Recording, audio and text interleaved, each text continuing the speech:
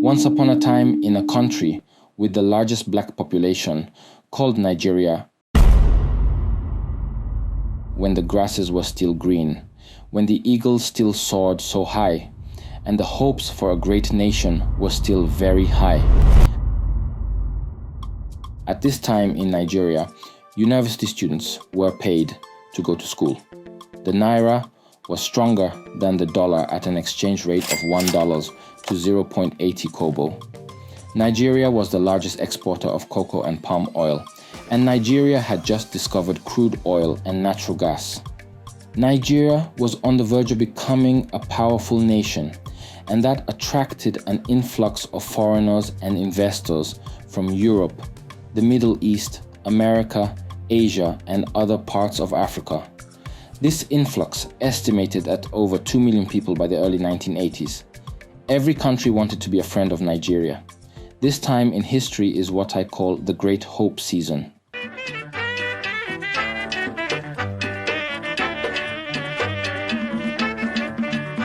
However, this season was short-lived. It couldn't pass the test of time.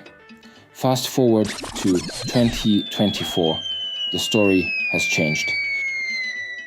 The Great Hope has been shattered, the value of Naira is at its lowest, and the state of the nation's system is dilapidated, leaving the best of her professionals to seek greener pastures elsewhere.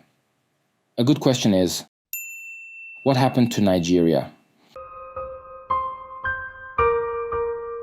Look at us now, there's nothing, we are starving. Tinubu should please do something. Everyone is practically a beggar now. We have many theories and viewpoints presented by experts about the genesis of Nigeria's problems. But in this video, we will focus on the most debated ones. So sit back, relax, and remember to like, share, and subscribe to NaTV. Thank you. Nigeria got her independence from the colonial masters in 1960, meaning Nigerians had gained the power to rule over her affairs without any foreign interference. But the question is, did the British really let go of the affairs of Nigeria? Oil was discovered in Nigeria in 1956. At that time, the British were on the verge of leaving the country. Direct rule was becoming a thing of the past. However, the British, alongside their allies, including America, found a way to control the resources of the country through indirect means. That's why the oil pipes of Nigeria are passing through villages where poverty is worst. British petroleum. And Nigeria has to import back its own fuel as a processed product at a price 3 to 4, 5 times more than they send it out of the country. So tell me, Nigeria, after 60 years of mining oil, why up to date you don't have a processing and a refinery to purify your oil and sell petrol to the world? No, those mines don't belong to us. The government signed a document with the British government, and it's in the constitution, it's in the law, that Britain will mine this place for the next 99 years. The Western world always makes sure the person going onto that chair understands the law. Nigeria is still tied to the apron string of Britain in what seems like neocolonialism, and Nigerian leaders are more or less puppets manipulated and controlled from London and Washington to carry out their selfish agenda of continued exploitation of Nigeria economically.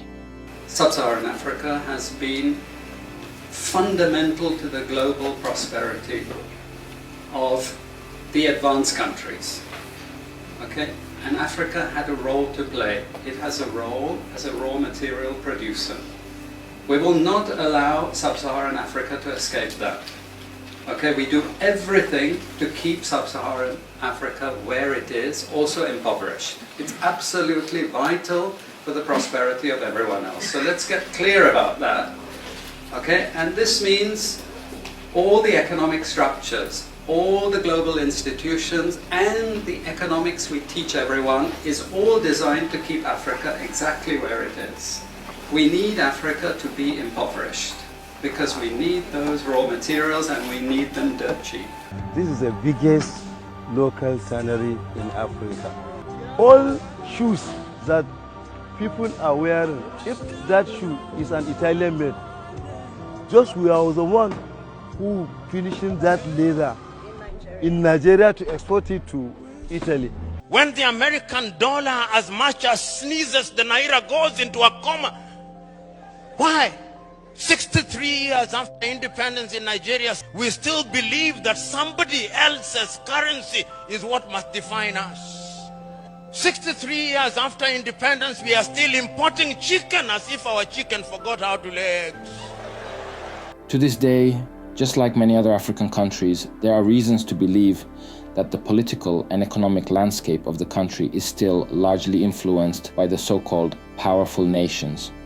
Even the former president of Nigeria attests to this. The level of interference by the Obama's government was very overwhelming. It's not as if I couldn't have won the election even with that. They go outside the normal diplomatic relationship. Sending that person to Nigeria at the eve of election, after Obama even issued a statement directing Nigerians to vote for the next chapter. That tells you something. And we should not sweep these things under the carpet. If a foreign country interferes with our own elections, we should mention it. Nigeria, very important country. Powerful land, variety in climate. Nigeria has everything to win as a black country. When Nigeria was becoming, and the crackers really didn't want to give Nigeria up. They did not, because Nigeria was too much wealth, too much of everything. And it had a very dynamic personality, the people of Nigeria. Well, when you read the Constitution of Nigeria, you can hardly tell this is a black nation.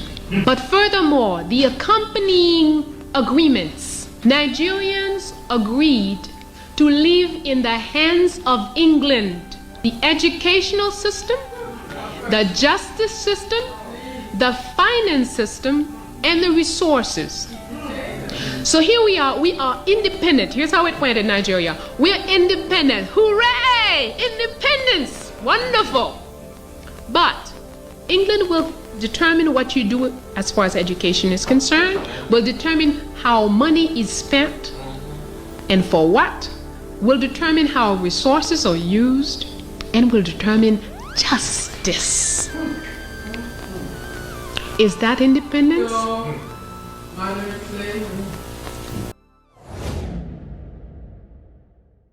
When Nigeria was created in 1914 by the British, about 250 ethnic groups with different cultures, beliefs, religions, and languages were forced to unite to become one nation.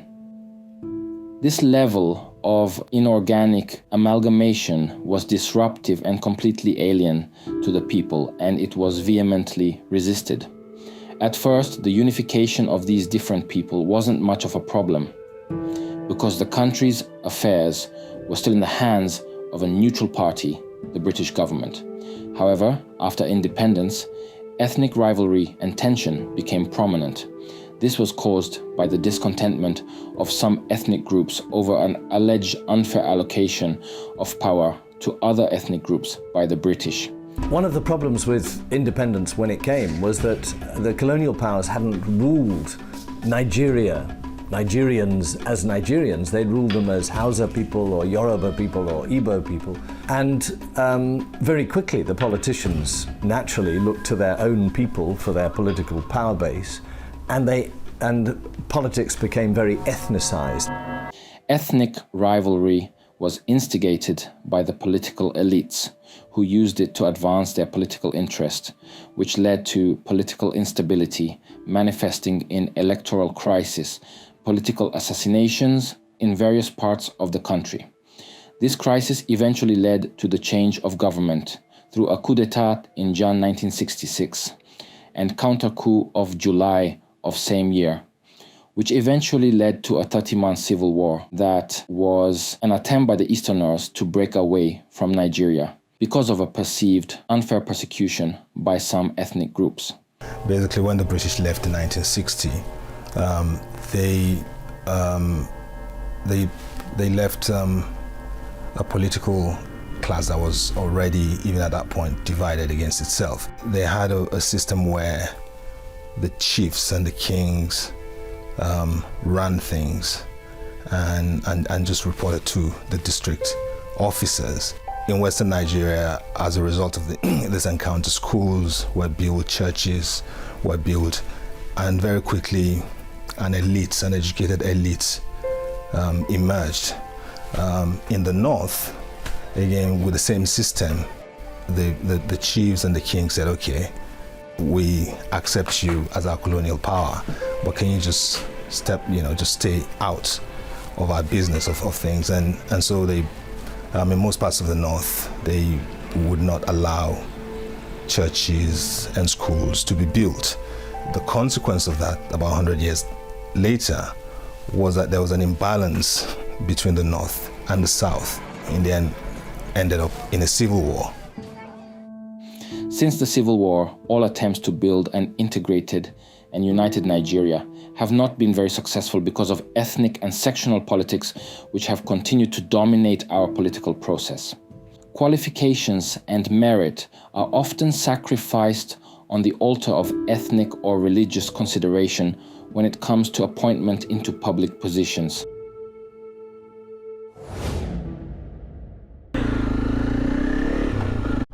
How are you? Hello. Hello. How is everything? Everything is fine. From where? Netherlands. Eh? Netherlands. Now you come? What do you bring up? Give me something. You give me something. Yeah. Give me money. Money. Money. Corruption has always been a problem in Nigeria since its inception.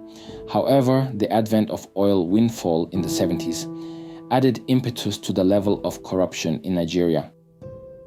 There was so much money in the economy that even the then head of state, General Yakubu Gowon, in an interview in 1974, said the problem of Nigeria was not money, but how to spend it. But a lot of these resources that could have been used to benefit the country ended up in the pocket of public officials and political leaders. Per income capital in Nigeria was $1,000, rose from about $600 to about $1,000. Unemployment rate was less than 10% in that same 70s. The problem was not money, but how to spend it. But how did we spend the money? Wastefully and stupidly. According to Economics magazine, an estimated $600 billion is believed to have been stolen from Nigeria since its independence in 1960 by public officials and political leaders. This is not inclusive of the billions of dollars that regularly change hands informally in the course of conducting daily transactions by the public in government offices. Government is filled with corrupt people. And because of the corruption in the government, in the civil service, you cannot avoid this. Like you can go to government today and go and search this land and say, I want to search this place. Is this land free? Government will give you paper from their office that the land is okay. 3 months later, you can go back to the same government. I still have a case now we are dealing with in one of the companies I'm a board chairman. They were there in November. We have the document. The lawyer went to do search. We took coordinates. We did everything. November, we have the document. February now, the people that want to buy from us now said they want to go and search. They went to search and said, no, some of the land is under forest. They said, no, we have the paper. They said, no, they give them another paper. By the time we went back, it has changed. And there are 3 people you cannot fight. You can't fight God. You can't fight government. You can't fight God. This epidemic of corruption and greed, which has trickled down to the average Nigerian, has unlocked a level of hopelessness that has rendered many Nigerians with a corrupt mentality. Even the good Nigerians who are not corrupt have by no choice of their own developed a soft spot for corrupt practices. That's what I did. I was at the World Bank enjoying myself. And I was invited to come back, very risky. And I took one of the biggest risks in my life to go back. Because you know what? When you fight corruption, those same people fight you back. And if they can't fight you, they smear you. So they kidnapped my mother. and held out for 5 days and said I should resign, and I refused, threatened me, and even after I left, they continued to malign my name. That's why I wrote, fighting corruption is dangerous. But who will fight for you, you Africans in the room? I took a risk because even people, there are people, sensible people who still believe Okonjo-Iweala did something. Just because those people try to damage your name. Why is there no money coming in? Why is NMPC not able to bring in dollars? I'm sorry, this is the question that cost me my job. I will continue asking this question until NMPC is fixed or until I die. Where are the dollars? Nigeria was on its way to becoming an industrialized nation. By 1980, thousands of industries had sprung up in different parts of the country, making Nigeria earn a place among the producing nations.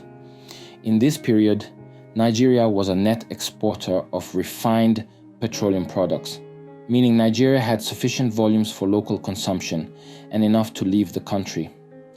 Nigeria also had car assembly plants across the country, including Peugeot in Kaduna, Volkswagen in Lagos, Leyland, which produced trucks and buses in Ibadan, Anamco in Enugu, which also produced buses and trucks, and Steyr in Bauchi, that produced the country's agricultural tractors. At that time, most Nigerians drove locally assembled vehicles, including government officials.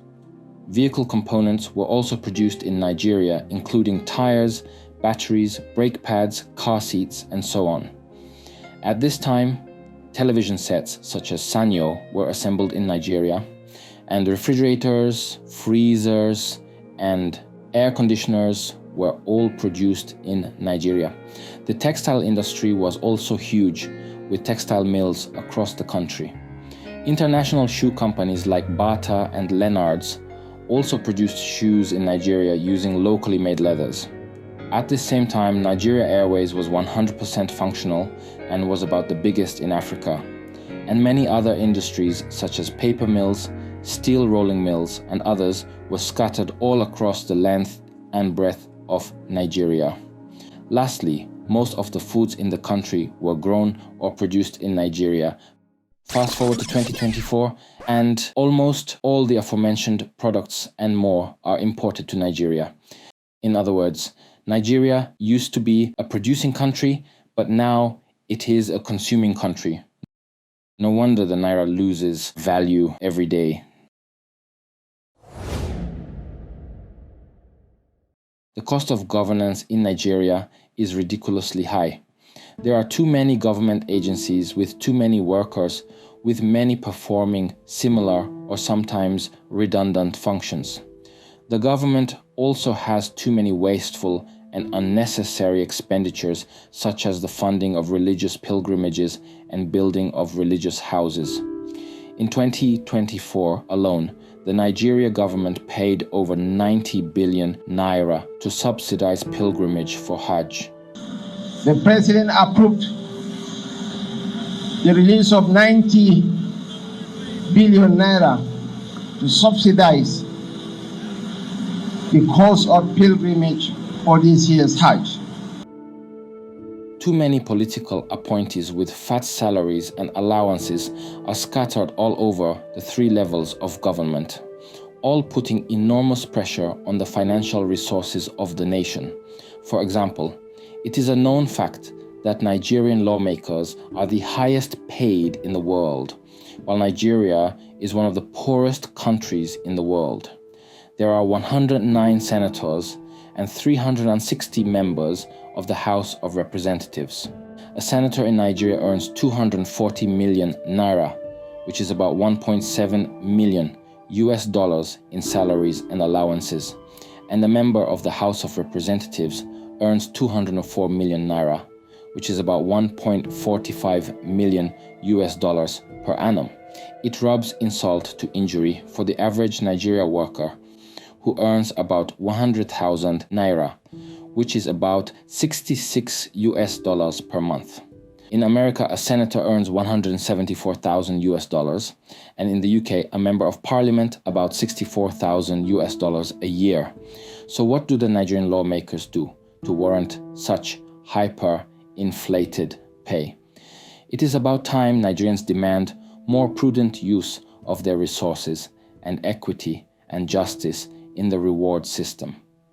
Nigerian leaders can draw inspiration from the young Captain Ibrahim Traore, the 36-year-old president of Burkina Faso, who, out of an effort to reduce the cost of governance, reduced ministers' and politicians' salaries by 30%, increased workers' salaries by 50%, and refuses to accept a president's salary. According to John Maxwell, everything rises and falls on leadership. Fixing the country might not be an easy task, as Nigeria is one of the most complex countries to govern, considering the diversity of ethnic groups and cultures, dynamic alliances, economic disparities, religious affiliations, and the current dilapidated state of the system. However, with its endless resources, potential, and the right leadership, things could take a right turn. But it starts with a visionary leader who understands the problems of the country, believes in the country, who is ready to fight corruption to a standstill, and who is ready to do whatever is necessary to propel the country to greatness. We have seen this kind of transformation with the likes of Lee Kuan Yew of Singapore, also regarded as the founder of modern Singapore. He was a brilliant statesman and highly regarded visionary who transformed the island into a formidable nation and economic powerhouse. He provided exemplary leadership and distinguished himself by making the anti-corruption crusade a major plank of his policy.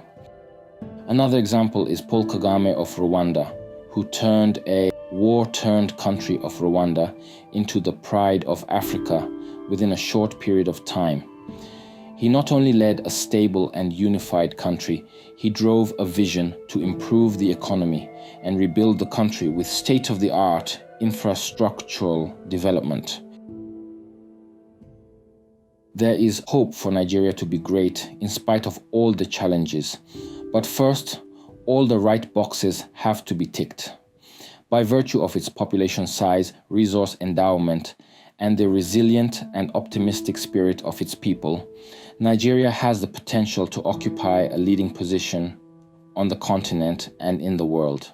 Nigeria as a country needs to appreciate the power that it holds for the rest of the continent. Intellectual, creative power that it holds. I mean, you go to any country in the world, and the courage of the Nigerians. You go to any country in the world, you're going to find Nigerians. It's not by accident, it's by design, right? The courage that they've exhibited in entering into other countries, exploring fields that other people have been afraid to explore, has shown that Nigeria has got a power of being a wayfarer, of being a path opener. And that is the biggest narrative that needs to be told. With all hands on deck and no stones left unturned, the future of the country is bright. After all, Rome wasn't built in a day. Good luck, Nigeria. God bless Nigeria. My name is Oluwafemi Lumumba Bello, and thank you for watching. Please remember to like, share, and subscribe to NaTV. Adios.